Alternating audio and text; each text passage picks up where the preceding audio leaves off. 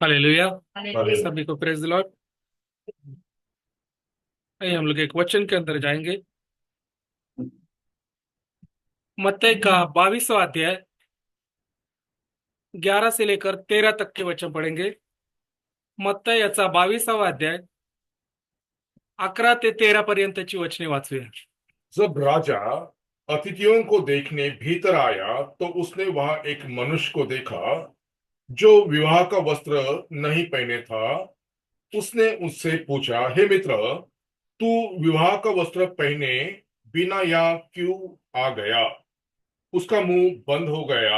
हाँ। तब राजा ने सेवकों से कहा, इसके हाथ पांव बांधकर उसे बाहर अंधेरों में डाल दो। वहां रोना और दांत पिसना होगा, क्योंकि बुलाए हुए तो बहुत है परंतु चुने हुए थोड़े हैं। आइए हम लोग इस वचन के लिए प्रार्थना करेंगे।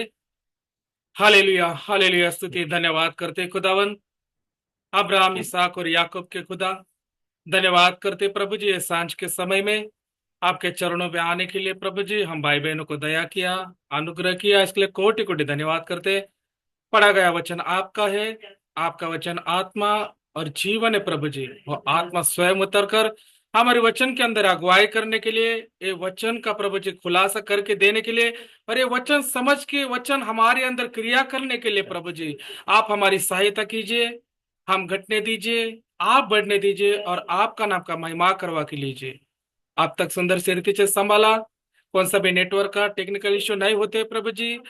आप हमें सहायता मदद कीजिए प्रभु जी, सभी लोगों को सही रीति से वचन सुनने जाने के लिए, और हर एक की जीवन एक परिवर्तन का जीवन होने के लिए आप हमारी सहायता कीजिए, मदद कीजिए। आगे का समय आपके हाथों में सौंपते नासरी आशा मसीह के नाम से मांगते हैं, सुन के कबूल कीजिएगा लॉर्ड, आमीन। हम लोग बैठ जाएंगे।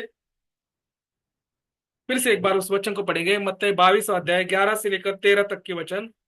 जब राजा हाँ। अतिथियों को देखने भीतर आया हाँ। तो उसने वहां एक मनुष्य को देखा जो विवाह का वस्त्र नहीं पहने था। बस देखिए, यहाँ पर एक भोजन के बारे में बताया गया है। बीते रविवार को ही भाई ने एक अच्छा संदेश दिया था कि 3 प्रकार के भोजन के बारे में उन्होंने बताया था। अगर आपने उस वचन को ठीक से पढ़ा होगा, आप बोल नहीं सकते कि हम लोग ने सुना नहीं, क्योंकि यूट्यूब के अंदर भी हम लोग ने वो सुविधा रखा है। तो उसके अंदर 3 प्रकार के भोजन के बारे में बताया था कि जो आत्मिक भोजन, शारीरिक भोजन और महिमा का भोजन के बारे में बताया। उसी रीति से अलग अलग रीति में वस्त्र के बारे में भी कलम के अंदर लिखे गए हैं। एक आत्मिक वस्त्र होता है, अगर हम लोग मसीह को पहन लेते तो उसको परिधान कर लेते हैं, उसको वस्त्र को हम लोग पहन लेते हैं, वो आत्मिक वस्त्र होते हैं। शारीरिक वस्त्र जो भूमि के अंदर हम लोग जीवन बिताते समय अपने शरीर को ढकने के लिए जो शरीर के अंदर यूज करते हैं, वो क्या है? शारीरिक वस्त्र है। और एक जो महिमा का वस्त्र, जो एक भोज रखा है, जो महिमा को दर्शाता है, उस समय के अंदर जाने के लिए, उस मेजबानी के अंदर जाने के लिए भी हमको कौन से वस्त्र चाहिए? तो महिमा के वस्त्र चाहिए। तो हम लोग उस वस्त्र के क्या क्या मायने हैं बाइबल के अंदर, हम लोग उन वचनों को देखने वाले हैं। अभी मत्ती के अंदर लिखा है कि एक मेजबानी है, और राजा आकर खुद क्या कर रहा है? हर एक को परख रहा है कि उनके पास वो वस्त्र है क्या नहीं। जो मेजबानी के अंदर भाग लेने के लिए जो वस्त्र चाहिए है क्या नहीं, वो खुद राजा आकर वो क्या कर रहा है? हर एक को इंडिविजुअल चेक कर रहा है।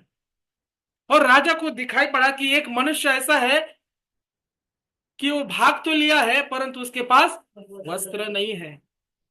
तो तब 13वें वचन के अंदर लिखा है कि परमेश्वर कहता है कि, पढ़ेंगे उसको 13वें वचन को। तब राजा ने सेवकों से कहा, हाँ। इसके हाथ पांव बांधकर हाँ। उसे बाहर अंधेरे में डाल दो। हाँ। वहां रोना और दांत पिसना होगा, हाँ। क्योंकि बुलाए हुए तो बहुत हैं हाँ। परंतु चुने हुए थोड़े हैं। देखो, बुलाए हुए बहुत है परंतु चुने हुए बहुत थोड़े हुए हैं। हम बोल नहीं सकते कि हमको उस वस्त्र के बारे में नहीं पता है, कि परमेश्वर ने अपने नबियों के द्वारा, भविष्यवक्ता के द्वारा बार बार हमको सूचित किया गया है कि हमको उस वस्त्र के लिए हम लोग परमेश्वर से मांगना है।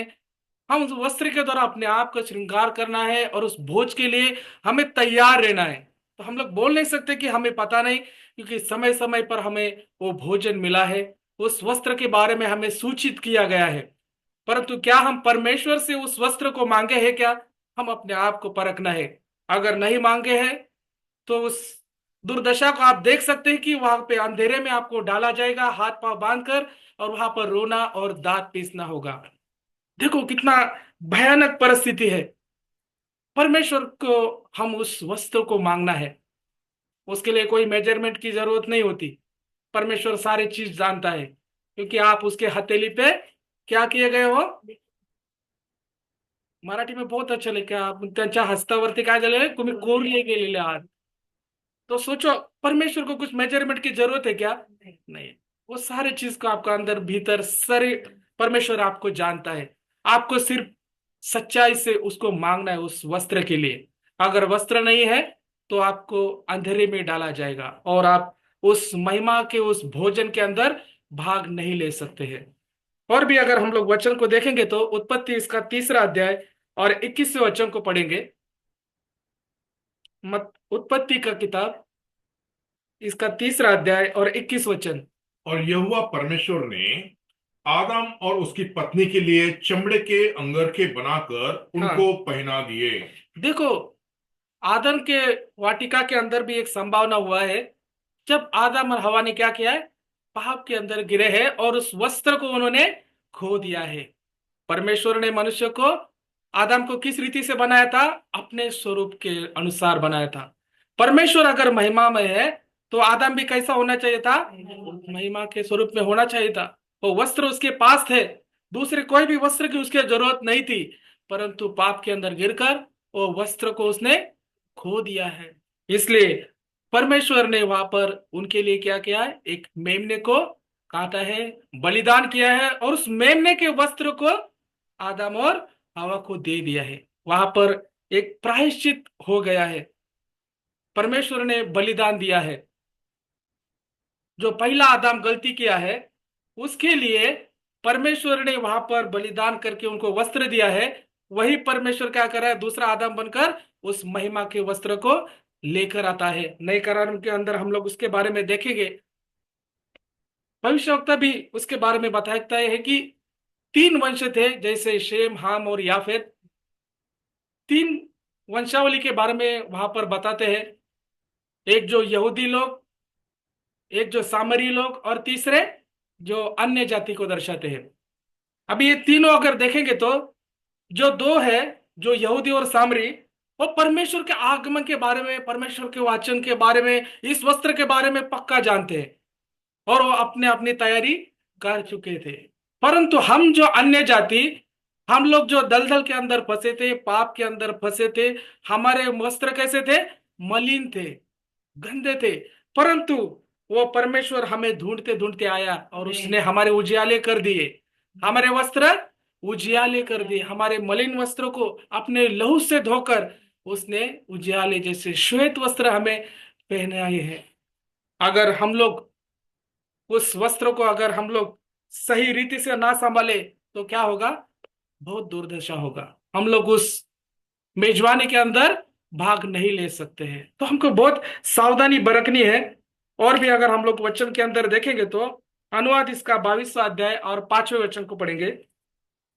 अनुवाद की किताब 22वां अध्याय और 5वां वचन।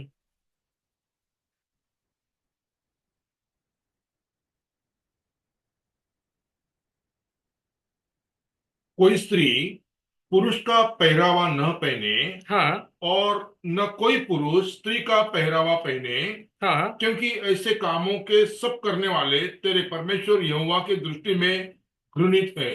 देखो, कोई भी स्त्री पुरुष का वस्त्र नहीं पहनना है, और पुरुष भी स्त्री का वस्त्र को नहीं पहनना है। ये परमेश्वर के दृष्टि में बहुत घृणित का चीज है। परंतु आज आकर हम लोग संसार के अंदर देखेंगे, सोशल मीडिया के अंदर, मोबाइल के अंदर, सारी चीज कैसी है? और निर्लज्जता कौन से स्टेज पर है? अपने चरम सीमा पर है। आप अगर बाहर की दुनिया में देखेंगे तो कितना घृणित सा काम चालू है। इसलिए परमेश्वर का वचन कहता है कि हो सकता है कि सदम और गमोरा के ऊपर कम दंड आए, परंतु इस पीढ़ी के ऊपर क्या होगा? बहुत भारी दंड आने वाला है।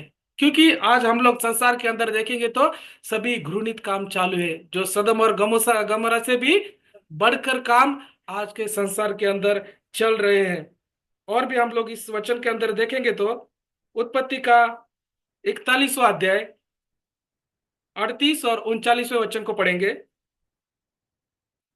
उत्पत्ति का 41वां अध्याय 38 और 39वें वचन को पढ़ेंगे। इसलिए फिरौन ने अपने कर्मचारियों से कहा, हाँ। क्या हमको ऐसा पुरुष जैसा यह है, जिसमें परमेश्वर का आत्मा रहता है, हाँ। मिल सकता है? फिर फिरौन ने यूसुफ से कहा, परमेश्वर ने जो तुझे इतना ज्ञान दिया है कि हाँ। तेरे तुल्य कोई समझदार और बुद्धिमान नहीं। देखिए यहाँ पर फिरौन के स्वप्न का यूसुफ ने क्या किया है, उसका अर्थ बताया है।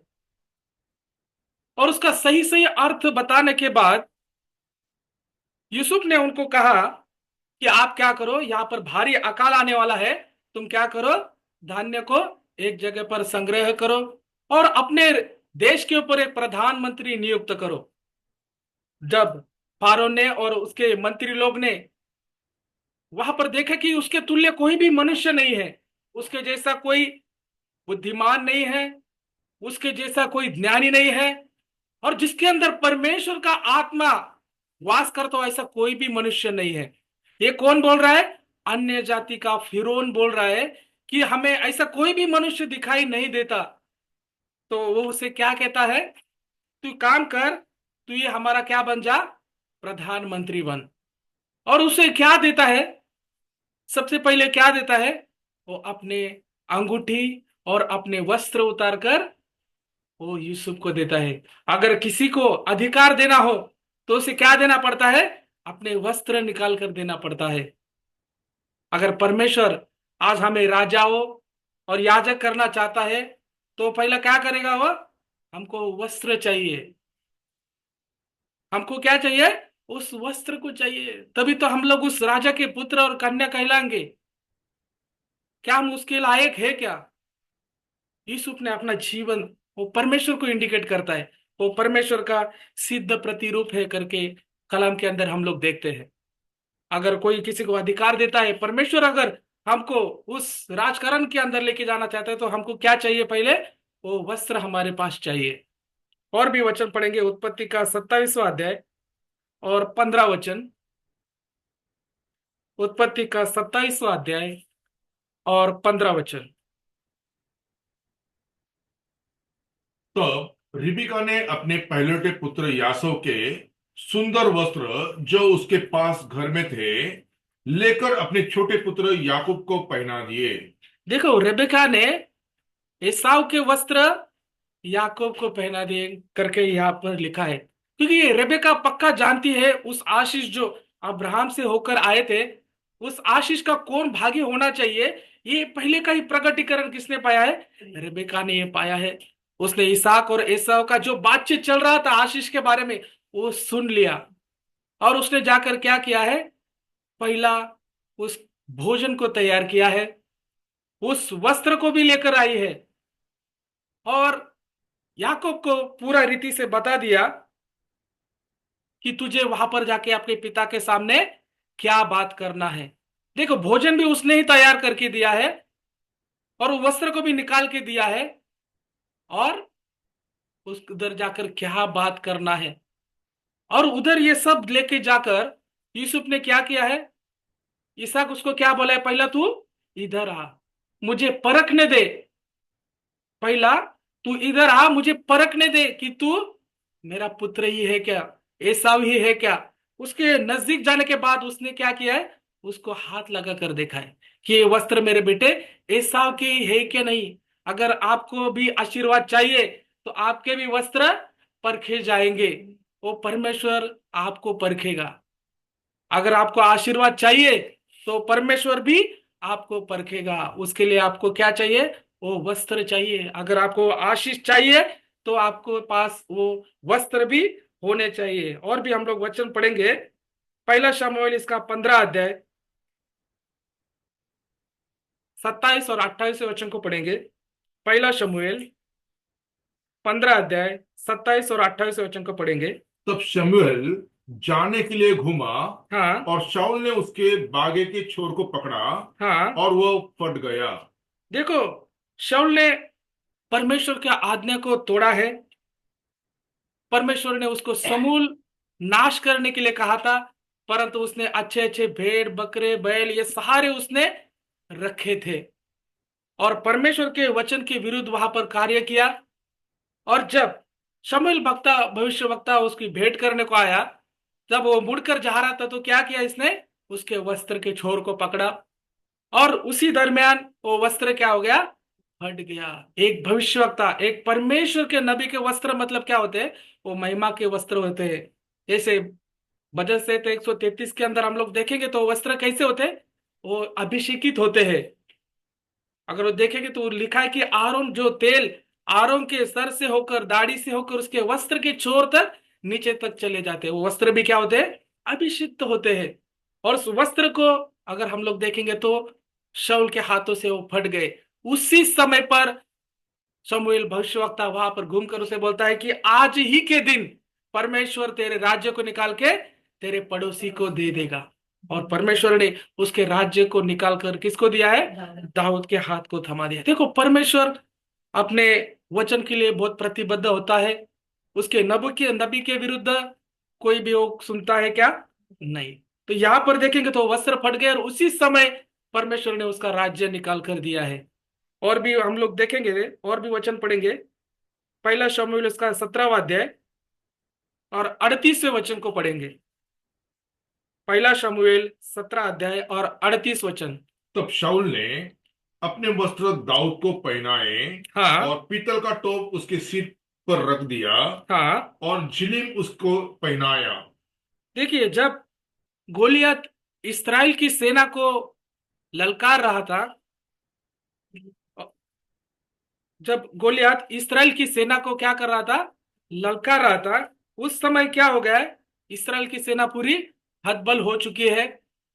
और वहां पर जब हम लोग देखते हैं कि एक जवान सा लड़का दाऊद आता है वहां पर अपने भाइयों को क्या करने के लिए, खाना देने के लिए वो वहां पर आता है, तब उसके भाई उसको क्या कर रहे, उसके क्रोधित हो गए, उनको गुस्सा आ गया कि तू यहाँ पर जानबूझ के आया है करके उसकी क्या करने लगे, उसके ऊपर बैर रखते थे, इसके लिए उसके ऊपर वो गुस्सा कर रहे थे।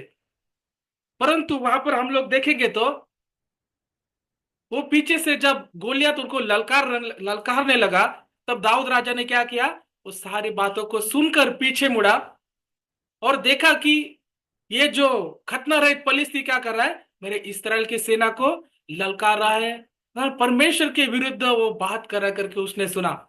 और उसी समय वो जाकर किसके पास जाता है, शाऊल के पास जाता है। हे शाऊल राजा, तू मुझे क्या कर, मुझे अनुमति दे कि मैं इस खतना रेत पलिश्ती का नाश कर सकूं, उसे मार डालूं।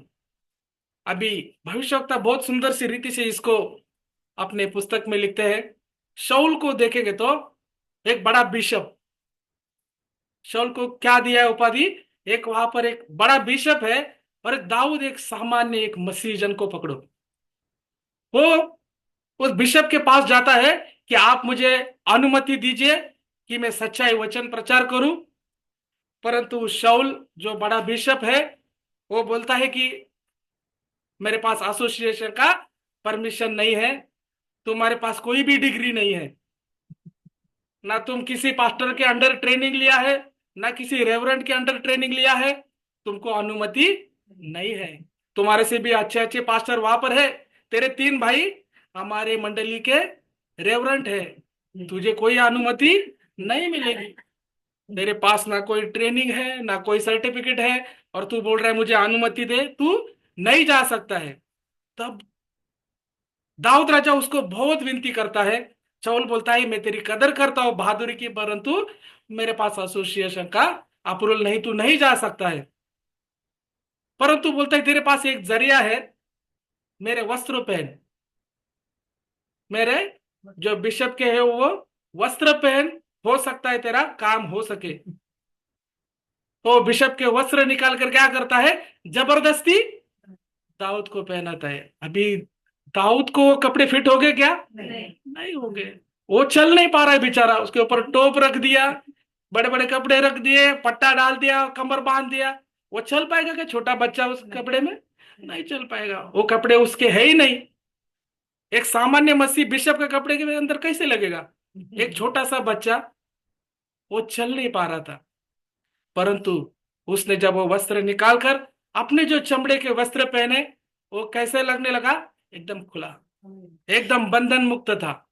अभी मैं उस सच्चाई वचन को प्रचार करूंगा। और उधर जाकर उसने क्या किया है? सच्चाई वचन, परमेश्वर का सच्चाई वचन वहां पर विदित किया है। और उस युद्ध के अंदर वो विजयी हुआ है। उसने वो 5 पत्थर, किरबा, परमेश्वर के ऊपर विश्वास, फेद, मतलब जो 5 अक्षर है फेद, वो 5 उसने सोटे उठाए और उसमें से एक अपने गोफन के अंदर डालकर उसने क्या किया है? वो गोलियत की तरफ फेंका है। और भाई ब्रनम कहते हैं कि उस पत्थर की अगुवाई परमेश्वर ने की। वो इतना युद्ध के अंदर तो दाऊद राजा नहीं था, ना उसने ट्रेनिंग ली है, परंतु परमेश्वर उसके द्वारा वहां पर काम किया है। और सटीक जगह पर वो जाकर पत्थर लगा है, जो नामधारी कलीसिया के ऊपर जाकर लगा है। वो सच्चाई वचन वहां पर कार्य किया है। और इसके ऊपर वो इस्राएल सेना ने क्या किया है? उसको पूरे पलिश्ती लोगों को खदेड़ दिया है। वो वस्त्र जो दाऊद राजा ने परमेश्वर के सम्मुख में पाए थे, वो जब चरवाहा था, जब अपने भेड़ियों को चलाता था, वो क्या करता था? परमेश्वर की 7 समय स्तुति आराधना करता था। उस वस्त्र को वो परमेश्वर की ओर से मांगता था। किसी और के वस्त्र से आप प्रबल नहीं हो सकते अपने शत्रु के ऊपर। हमको परमेश्वर की ओर से ही वो पाना है। और भी हम लोग वचन के अंदर आएंगे, और भी वचन पढ़ेंगे। उसके अंदर पहला शमूएल 24वां अध्याय, पहला शमूएल 24वां अध्याय 4 से लेकर 6 तक के वचन पढ़ेंगे।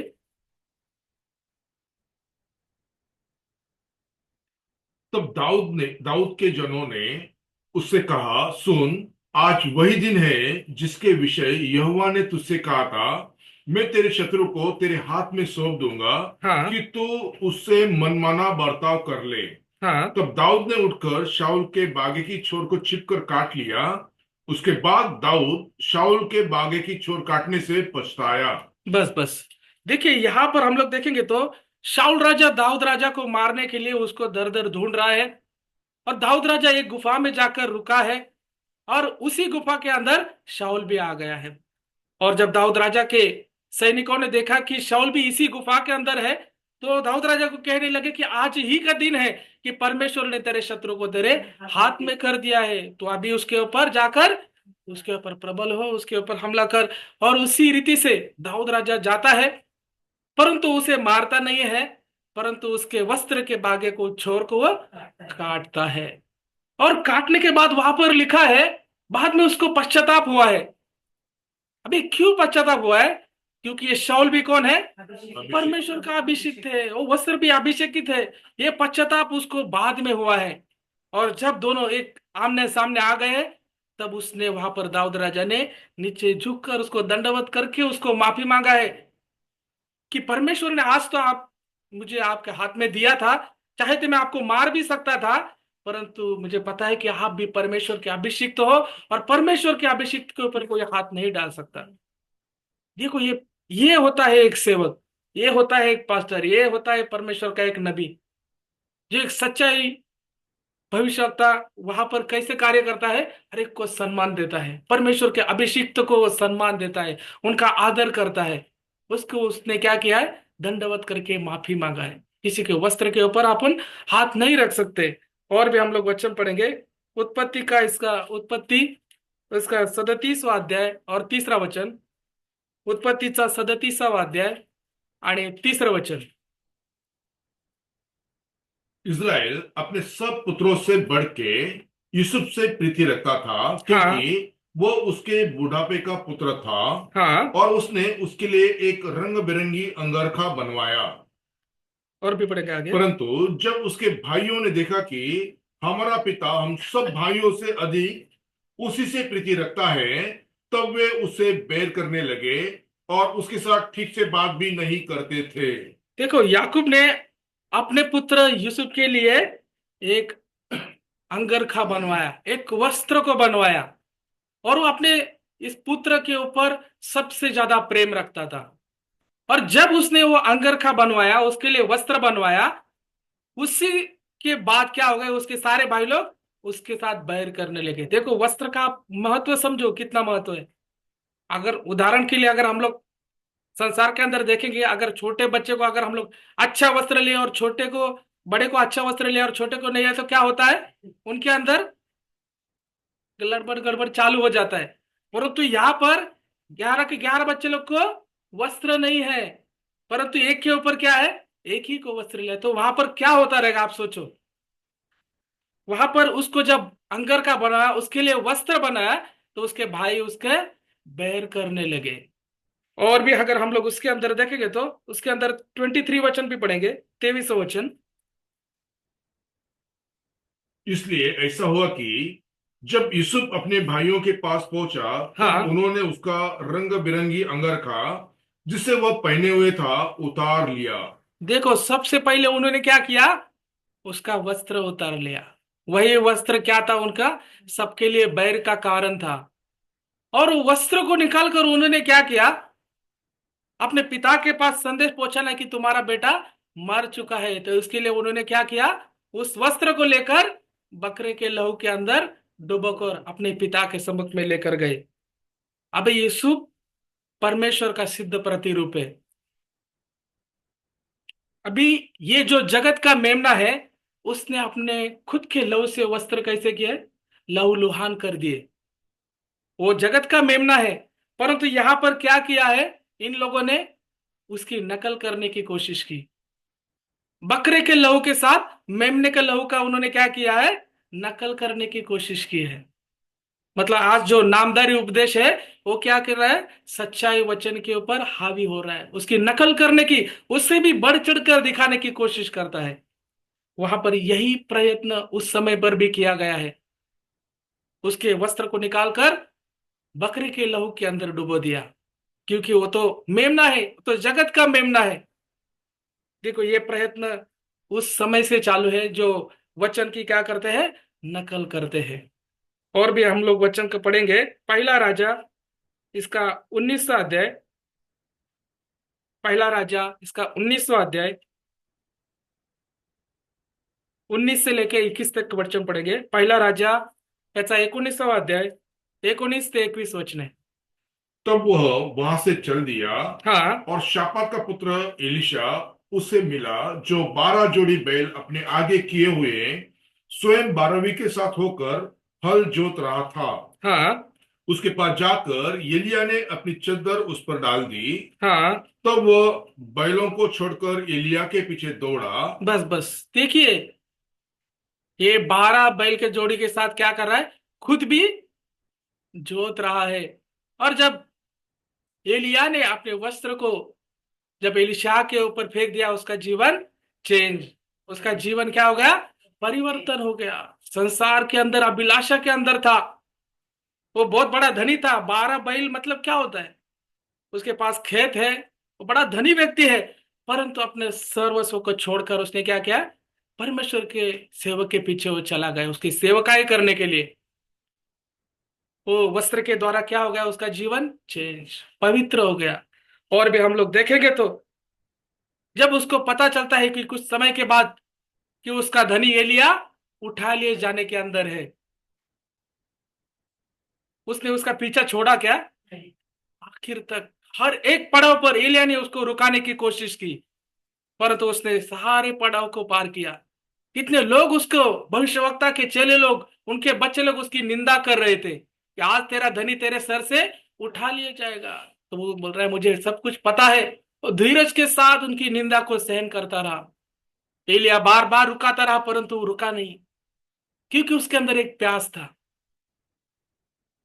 पवित्र आत्मा तो था ही, परंतु उसका अंदर और भी प्यास था कि कैसे मैं उस दुगने आशीष को पाऊं।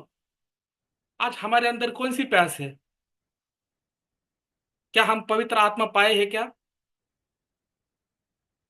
हम अपने आप को परखना चाहिए, ये दुगने आशीष के लिए इतना झगड़ रहा है। एलिया को बोला मैं आपको छोड़ूंगा नहीं।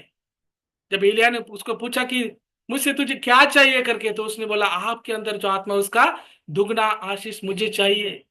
इलिया ने कहा, तुम दुर्घट चीज को मांग रहे हो, परंतु हो सकता है ये मेरे अधीन तो नहीं है, ये सब परमेश्वर के अधीन है। परंतु अगर मैं उठा ले जाने के अंदर अगर तू मुझे देख लिया तो क्या हो जाएगा, तुझे वो दुगना आशीष पा सकता है। और उसके अनुसार क्या हो गया, एक अग्नि के द्वारा दोनों को अलग किया गया है। और अलग करने के बाद वो जोर जोर से चिल्ला रहा है अपने धनी को, वो जोर जोर से चिल्ला रहे हैं। उसने सबसे पहले क्या किया, वहां पर अपने वस्त्र को फाड़े हैं। उसके अंदर हम लोग पढ़ेंगे दूसरा राजा, दूसरा अध्याय 12-13 वचन को पढ़ेंगे।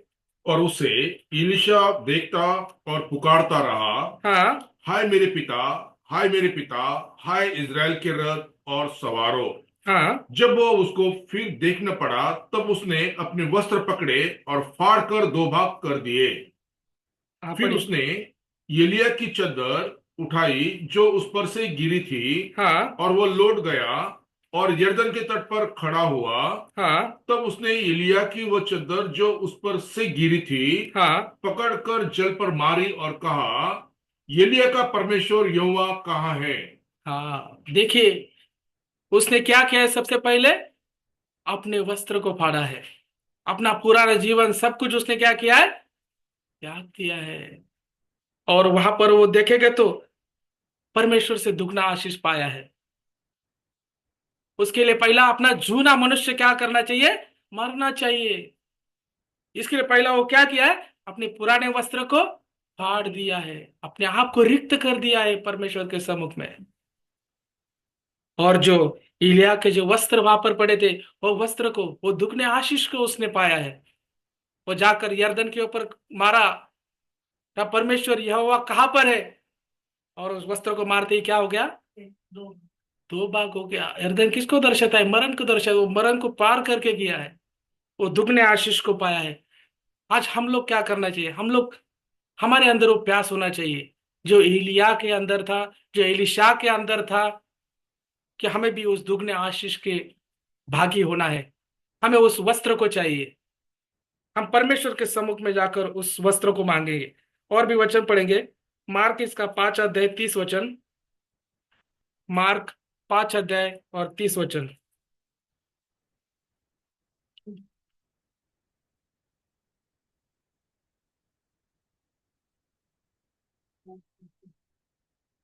मार्कुस की किताब 5 अध्याय और 30 वचन। याशुआ ने तुरंत अपने में जान लिया कि मुझ में से सामर्थ्य निकली है, हाँ, और भीड़ में पीछे फिरकर पूछा, मेरे वस्त्र किसने छुआ? देखो, ये रक्तस्रावी स्त्री 12 साल से लहू बह रहा है, और अपने आखिरी समय के अंदर थी। उसने अपना सारी धन दौलत, सारे हाकिमों के ऊपर सब कुछ व्यय कर दिया था। उसके पास अभी खाने के लिए भी कुछ बचा नहीं था। और भी उन हाकिमों से, और उन्होंने क्या किया है, और भी उसे दुख दिया है। परंतु उसको जब पता चला कि इस रास्ते से मसीह आने वाले हैं, याशा मसीह आने वाले हैं, तो उसने वही दिन उद्धार का दिन है यही समझकर अपने पूरे जी जान लगाकर क्या किया है, वो सरकते सरकते हुए उस भीड़ के अंदर गए। और उसने ये कब तय किया था कि उसके वस्त्र को छूना है, जब वहां से निकली, तब वो सोच के निकली थी कि आज मुझे क्या करना है, उस वस्त्र को छूना है। क्योंकि उसको पक्का मालूम था उस वस्त्र के अंदर भी कुछ तो सामर्थ्य होगा। वो परमेश्वर को कभी पहले जानी नहीं थी, जानी होती तो वो हाकिमों के पास दुनिया में जाती थी क्या, नहीं। परंतु जब उसे पता चला कि अब ये आखिरी मौका है, वो अपना जी जान लगाकर क्या किया, उस गर्दी के अंदर कितने लोगों ने उसको रौंदा होगा, कितना तकलीफ उसने सही होगी। उसके शरीर के अंदर कुछ भी त्राण नहीं बचा था, कोई सामर्थ्य नहीं बचा था। परंतु उसको पता था कि उसके शरीर को नहीं, परंतु उसके वस्त्र को छूगी तो क्या हो जाएगा, चंगाई हो जाएगा। वो विश्वास होता है। छूने वाले तो उधर हजारों थे, परंतु उसका छूना कैसा था, विशेष का, विश्वास के द्वारा छूना था। बुलाए गए बहुत है, परंतु चुने हुए वो थोड़े हैं। कलीसिया में गर्दी तो बहुत सारे लोगों की रहेगी, परंतु प्यास के अंदर कौन आके बैठा है, आत्मा के अंदर सच्चाई से ढूंढने वाला कौन आकर बैठा है? परमेश्वर ऐसे लोगों को ढूंढता है। ये स्त्री उस वस्त्र को छुआ है और परमेश्वर से सामर्थ्य निकल गई, परमेश्वर की अनुमति बिना। सामर्थ्य निकल जाने के बाद परमेश्वर पूछ रहा है कि मुझे किसने छुआ।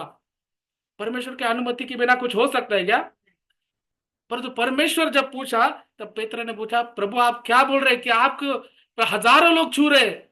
परंतु परमेश्वर बोला, नहीं, मेरे से सामर्थ्य निकली है।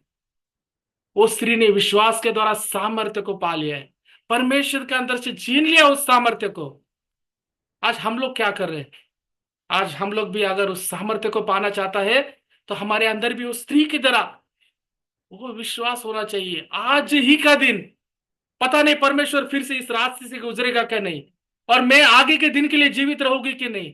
क्योंकि 12 साल से लहू बह रहा है, कुछ भी सामर्थ्य नहीं बचा है, ना पैसा बचा है कि और भी हकीमों के पास जाओ, वैद्यों के पास जाओ। ये विश्वास हमारे पास होना चाहिए।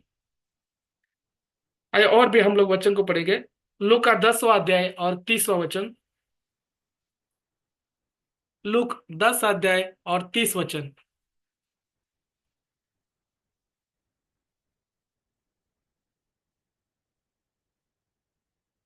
याशवा ने उत्तर दिया, हाँ, एक मनुष्य यरूशलेम से यरीहो को जा रहा था हाँ, कि डाकुओं ने घेर कर उसके कपड़े उतार लिए हाँ। और मारपीट कर उसे अधमरा छोड़ चले गए। बस देखिए, ये मनुष्य परमेश्वर के घर से, परमेश्वर की उपस्थिति जो यरूशलेम, परमेश्वर का घर, रोटी का घर, प्रार्थना का घर को छोड़कर परमेश्वर के उपस्थिति से निकलकर यरीहो की ओर जा रहा है। और जब डाकुओं ने उसको घेरा, तो डाकुओं ने पहले क्या किया? उसके वस्त्र निकाल दिए। देखो, शैतान पक्का जानता है इसके वस्त्र के अंदर कुछ तो है। ये जो परमेश्वर का जन रहता है, उसके वस्त्र के अंदर भी क्या होता है? कुछ तो सामर्थ्य होता है। ये शैतान पक्का जानता है। इसके लिए पहला किधर घात करता है? पहले आपके वस्त्र के ऊपर वो हाथ डालता है। इसलिए वस्त्र के लिए हम लोग कैसा रहना है? एकदम सावधानी बरतना है। पास्टर जी भी बहुत सारे बार हमें इस वस्त्र के बारे में प्रचार किया है कि आप वस्त्र के बारे में बहुत सावधान रहना है। किसी के साथ आप भागीदारी नहीं कर सकते, वस्त्र के बारे में किसी को शेयर नहीं कर सकते। वस्त्र देते हैं तो क्या होता है? आपके अंदर का वो गुण भी उस मनुष्य के अंदर चला जाता है। उसका गुण, उसका कैरेक्टर, वो सारी चीज आपके अंदर आ जाती है। तो बहुत सावधानी बरतना है वस्त्र के बारे में।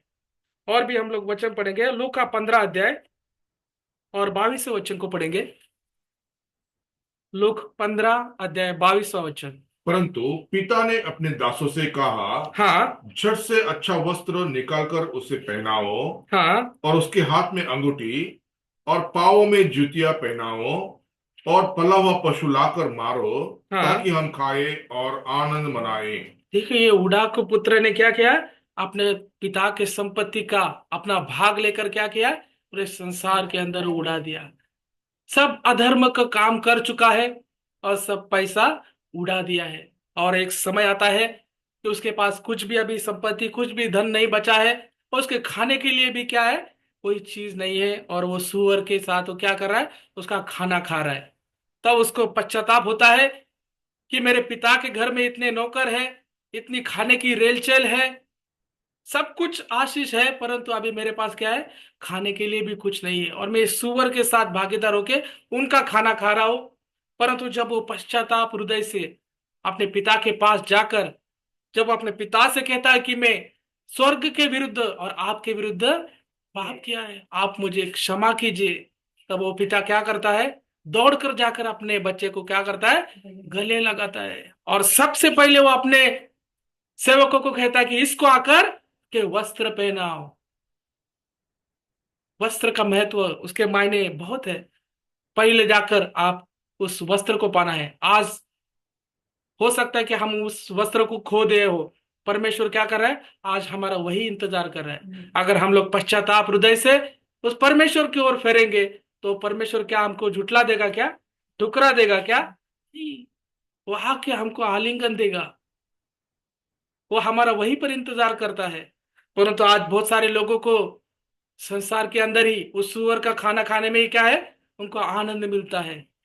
बहुत सारे लोग उसके अंदर ही अब पड़े हुए हैं, फंसे हुए हैं। वहां पर उन्हें आनंद मिलता है, उनको उस वस्त्र का महत्व नहीं मालूम। अगर वो वस्त्र नहीं तो आप उस मेजबानी के अंदर भागीदार नहीं हो सकते हैं। और भी बहुत सारे उदाहरण इसके अंदर है, हम लोग देखे तो वस्ती रानी भी उस वस्त्र को परमेश्वर ने उसके लिए रखा था, परंतु उसने क्या किया, उसने ठुकरा दिया, इनकार कर दिया। परंतु इस्तर रानी ने वो मौका छोड़ा क्या, नहीं, वो पट्टा रानी का उस स्थान को पाया और वस्त्र को पाकर वो राजा के सम्मुख में गई। परमेश्वर ने कितना बड़ा काम किया उसके द्वारा, सारे यहूदी लोगों को परमेश्वर उसके द्वारा रक्षा के अंदर लेके आया। ये होता है वस्त्र का सामर्थ्य। और भी हम लोग एक वचन पढ़ेंगे, रूत का 3रा अध्याय और 9वां वचन। रूत इसका 3रा अध्याय और 9वें वचन को पढ़ेंगे।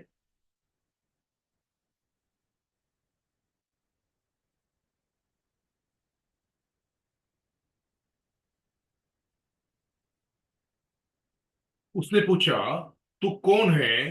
तब वो बोली, मैं तो तेरी दासी रुत हूँ। तू अपनी दासी को अपनी चद्दर ओढ़ा दे, क्योंकि तू हमारी भूमि को छुड़ाने वाला कुटुंबी है। देखो, छुड़ाने वाला निकट कुटुंबी तू ही है। उसको उसने क्या मांगा है वहां पर, पढ़ेंगे ब्रदर एक बार फिर से उस वचन को। उसने पूछा, हाँ। तू कौन है? हाँ। तब वो बोली, मैं तो तेरी दासी रूथ हूँ। हाँ। तू अपनी दासी को अपनी चद्दर ओढ़ दे। बस बस, अपने चद्दर ओढ़ दे, उस वस्त्र को मांग रही है। छुड़ाने वाला निकट कुटुंबी, उधर कुछ ने कुछ जमीन मांगा क्या, 7/12 के ऊपर नाम चाहिए तभी वो मेरा कुटुंबी होगा, या डॉक्यूमेंट चेंज करके मांगा क्या, नहीं मांगा। वो चद्दर मुझे उड़ा दे। वो जानती थी वो एक अन्य जाति स्त्री है, परंतु वो वस्त्र को महत्व को जान गई। वो जाकर, जैसे उसकी सास ने, नाओमी ने उसको बताया, उसी रीति से जाकर सांझ के समय में जाकर उसके वहां पर पैरों पर, वो परमेश्वर को, वो आज परमेश्वर को इंडिकेट करता है। ये अन्य जाति दुल्हन को इंडिकेट करती है। आज हम लोग भी कहाँ पर होना चाहिए, आज उस परमेश्वर के चरणों पर, उस वस्त्र के लिए वो परमेश्वर को मांगना है। आज हम लोग कहाँ पर होना चाहिए था, क्या हम लोग परमेश्वर के चरणों पर जाकर उस वस्त्र को मांगते हैं क्या, ये स्त्री ने वहां पर मांगा है। परमेश्वर ने कितना बड़ा आशीष दिया है उस स्त्री के द्वारा। ये रुत के द्वारा परमेश्वर ने क्या किया, उसका वंशावली के अंदर परमेश्वर आया है। बोआज के वंश से ही परमेश्वर आया है। परमेश्वर ने इतना बड़ा आशीष, ये अन्य जाति को परमेश्वर ने यहाँ पर छोड़ लिया है। आरपा ने क्या किया है, उस स्थान को खो दिया। वो भी उस स्थान को पा सकती थी, वो वस्त्र को पा सकती थी। आरपा किसको दर्शाती है, वो इज़राइल को दर्शाती है। उसने उस वस्त्र को ठुकरा दिया। ये रूत जो अन्य जाति को दर्शाती है, मतलब हम लोग को, हम लोग दुल्हन को दर्शाती है।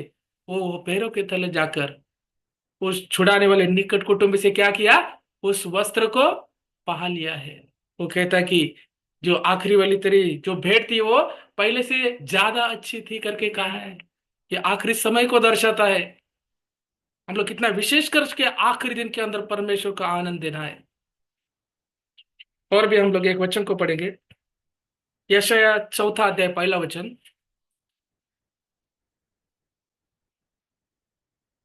यशायाह इसका 4 अध्याय और 1 वचन। उस समय हाँ। शास्त्रियाँ एक पुरुष को पकड़कर कहेंगी, हाँ। रोटी तो हम अपनी ही खाएंगे हाँ। और वस्त्र अपने ही पहनेंगे। हाँ। केवल हम तेरे कहलाए, हमारी नामधराई दूर कर। बस देखो, ये 7 स्त्रियां किसको दर्शाता है, 7 कलीसिया को दर्शाता है।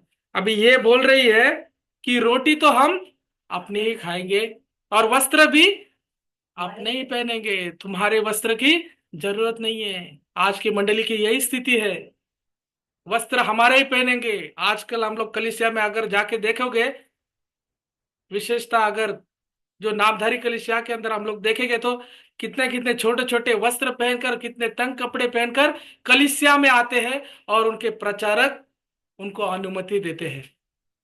ये किसको दर्शाता है, ये परमेश्वर के नजर में घृणित की चीज है। परंतु ये कहती है कि हम लोग उपदेश भी अपना ही मन का अनुसार सुनेंगे, जो हमारे कानों को अच्छा लगता है वही हम लोग सुनेंगे। और वस्त्र भी हमारे मन के अनुसार, भले वो छोटे हो कैसे भी हो, परंतु हमारे ही मन के अनुसार हम लोग वस्त्र को पहनेंगे। खाली आप आपका नाम दीजिए, हम मसीह कहलाए, हमारी नामधराई दूर हो जाएगी। ये क्या है? ये नामधारी मसीह, नामधारी मसीहत है। और भी एक वचन पढ़ेंगे, जकरिया का 8 अध्याय 23 वचन। अभी हम लोग ने 7 सीरिया 7 मंडली के बारे में देखा है। अभी हम लोग और भी पुरुषों के बारे में देखेंगे। जकरिया 8:23।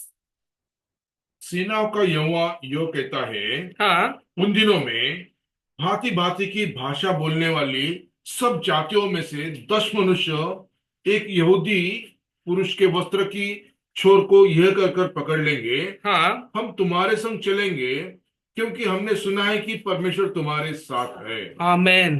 देखिए क्या लिखा है, भांति भांति के भाषा बोलने वाले, मतलब जगत के हर एक कोने में से अलग अलग भाषा बोलने वाले। परमेश्वर एक समय के अंदर क्या करने वाला है? सभी को एक जगह पर इकट्ठा करने वाले। ये अंतिम समय को दर्शाता है। और ये 10 पुरुष क्या करेंगे? एक यहूदी पुरुष, वो कौन है? वो पुरुष कौन है? हमारा परमेश्वर यीशु मसीह है। और ये 10 पुरुष क्या करेंगे? उसके वस्त्र को छोड़कर पकड़कर क्या कहेंगे? हम तेरे संग चलेंगे, हाँ। क्योंकि हमने सुना है कि परमेश्वर तुम्हारे साथ है। देखो यही है सच्ची कलीसिया। परमेश्वर ऐसी सच्ची कलीसिया को ढूंढ रहा है। ये जो उसके वस्त्र को छोड़ कर पकड़े के, वो हम तुम्हारे ही साथ चलेंगे, हम तुम्हारे वचन के अनुसार चलेंगे। परमेश्वर ऐसी कलीसिया को ढूंढ रहा है जो उसके वस्त्र के अभिलाषी हो, जो उसके वस्त्र के मांगने वाले हो, उसको ढूंढने वाले हो, उसके खोजने वाले हो। क्योंकि उनको मालूम है ये सच्चाई वचन के अंदर ही क्या है? जीवन है। वही सच्चाई परमेश्वर है। ये 10 मनुष्य, 10 आज्ञा, 11वीं आज्ञा परमेश्वर खुद है। सब परिपूर्णता के अंदर परमेश्वर आखिरी समय के अंदर लेके आता है। वो 11 की 11 आज्ञा जो मनुष्य परिपूर्णता से पालन करता है, परमेश्वर ऐसे लोगों को ढूंढता है। और भी एक वचन पढ़ेंगे, प्रकटीकरण इसका 19वां अध्याय, आखिरी वचन पढ़ेंगे। प्रकटीकरण इसका 19वां अध्याय 7 से लेकर 9 तक के वचन पढ़ेंगे।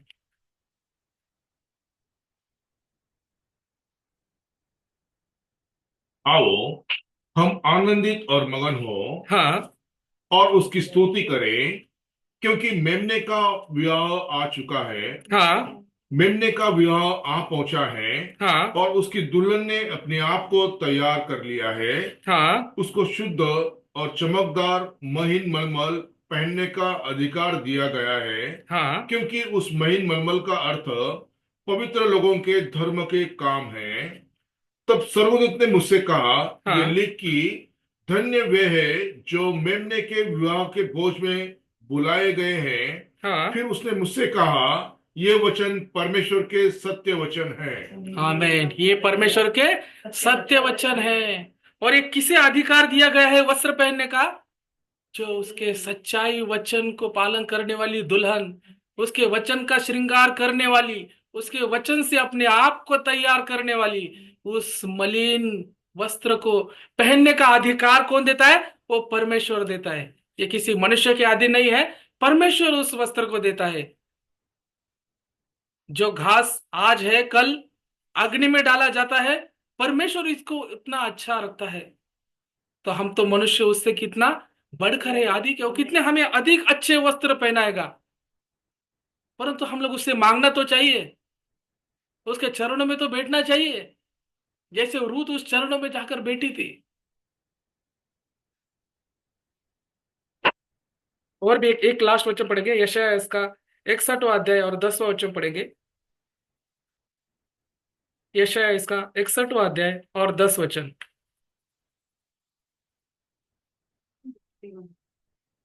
मैं यहोवा के कारण अति आनंदित होऊंगा, हाँ। मेरा प्राण परमेश्वर के कारण मगन रहेगा, हाँ। क्योंकि उसने मुझे उद्धार के वस्त्र पहनाए हाँ। और धर्म की चद्दर ऐसी ओढ़ा दी है, हाँ। जैसे दूल्हा फलों की माला से अपने आप को सजाता और दुल्हन अपने गहनों को अपना श्रृंगार करती है। देखो क्या हम आनंदित है? क्या हम आनंदित है क्या नहीं? वो परमेश्वर हमें क्या करना है? उद्धार के वस्त्र, उद्धार के वस्त्र पहनाने वाला है। जैसे वो गहनों से श्रृंगार करती है, उसी रीति से परमेश्वर अपनी दुल्हन को क्या करता है, उद्धार के वस्त्र, धर्म की चादर से क्या करेगा, ओढ़ेगा। कितना आनंदित का समय है, कितना महत्वपूर्ण समय है। वो दुल्हन क्या होती है, वो मगन होती है, आनंदित होती है, क्योंकि उसका दूल्हा क्या करेगा, उसको, उस वस्त्र को, उद्धार के वस्त्र को उसके ऊपर क्या करेगा, ओढ़ेगा उसको। जब तक आप वस्त्र नहीं पहनेंगे आप अंदर जा सकते हैं क्या, नहीं। पांच मूर्ख कुमारी बाहर रह गई, परंतु जो तैयार थी वो कहां पर गई, अंदर चली गई, मगन होकर आनंदित होकर चली गई। आज परमेश्वर ऐसे ही दुल्हन को ढूंढ रहा है, जो उसके वस्त्र के अभिलाषी हो, जो उसके लिए, वस्त्र के लिए परमेश्वर के सम्मुख दिन रात बैठकर उस वस्त्र के लिए मांगती हो। जैसे भजन संहिता 93 के अंदर लिखा है कि परमेश्वर ने ऐश्वर्य के और सामर्थ्य के वस्त्र को पहना है, वो आपको भी देना चाहता है। जैसे उड़ाकू पुत्र पश्चाताप करके अपने पिता के पास गया है, तो परमेश्वर ने उसको धिक्कारा क्या, नहीं, उसको आलिंगन किया। आज हो सकता है हम उस वस्त्र से दूर हो, परमेश्वर से हम लोग दूर चले गए हो, परंतु आज ही वो समय है, हम पश्चाताप करें, अपने पापों को कबूल करें और परमेश्वर के सम्मुख, उसके उपस्थिति में जाए और परमेश्वर से उस वस्त्र को मांगे। परमेश्वर क्या करेगा, जरूर अपने बच्चे को क्या करेगा, उस वस्त्र को देगा। तो हम लोग क्या करना चाहिए, उस वस्त्र को उस परमेश्वर से हम लोग मांगना चाहिए, तभी हम लोग जाकर उस महिमा में, जो मेजवानी, जो बड़ा भोज रखा है, उसके अंदर हम लोग भागी हो सकते हैं। अगर वो वस्त्र नहीं है तो हम लोग अंधियार में डाले जाएंगे, वहां पर रोना और पीसना, और हमारी बाद की दुर्दशा कैसी होगी, पहले से भी बदतर होगी। तो हम अपने आप को, जीवन को क्या करना चाहिए, बदलना चाहिए, परिवर्तन के अंदर लेके आना चाहिए, और उस वस्त्र को पाकर उस परमेश्वर के राजाधिकार के साथ उस राज्य के अंदर प्रवेश करना है। तो परमेश्वर आप सभी को आशीष करे।